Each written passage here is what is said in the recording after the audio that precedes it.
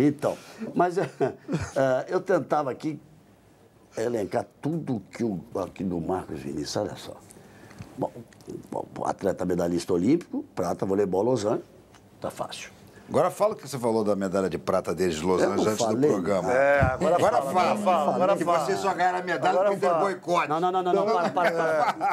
Não. Isso é uma coisa que você não pode dizer.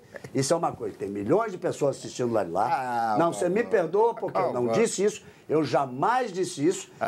No seu tom você foi extremamente deselegante. Não, não fui deselegante. Extremamente deselegante, porque eu não falei isso em momento algum. Eu jamais diria isso. Não então fui você deselegante, diga, por favor, não fui deselegante. Diga, por favor, fiz que eu uma não brincadeira. Falei. Quem está sendo deselegante é você agora. Não. Eu fiz uma brincadeira. A brincadeira tem que ter responsabilidade com a brincadeira que se faz. Tá bom. Porque nós estamos falando para milhões de pessoas e eu, em momento algum, disse isso. Nós três conversávamos ontem dizendo que, nos jogos de 84, que tinham adversários que teriam sido muito fortes, vamos falar isso com o Marco Vinícius. Não, eu, em momento algum, disse que eles não ganhariam a medalha. Gabão, em momento pelo algum, amor de Deus, Gabão. O tom do programa inteiro é de brincadeira. Claro. E aí eu faço uma brincadeira e você resolve ter uma indignação dessa. Não, mas pelo amor de Deus, mas eu fiz uma brincadeira. Não, você...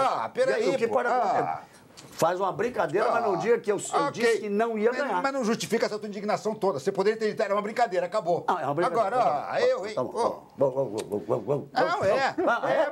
parece uma coisa, parece um drama. Não, é um drama sim. Não, claro que não. É claro. Bom, chega, morreu o assunto, acabou. O que foi dito foi o seguinte, começamos a conversar sobre o Sebastian Coe, porque nós não tivemos os americanos e os países nas Olimpíadas de 80 e não tivemos os países da chamada Cortina de Ferro nos Jogos de 84. O caminho teria sido muito mais difícil. Boa noite, Marcos Vinícius, obrigado pela presença. Obrigado pelo Teria convite. sido muito mais difícil com a União Soviética, com Polônia, com Bulgária. Você concorda comigo? Com certeza. Mas em momento algum, Renato, eu disse que não ganharia. Eu sei que você falou em tom de brincadeira, mas peraí. Você fez uma brincadeira, eu fiz outra. E você resolveu levar a sério. Não, senhor. A brincadeira fora do ar é uma coisa, a brincadeira ao vivo é outra.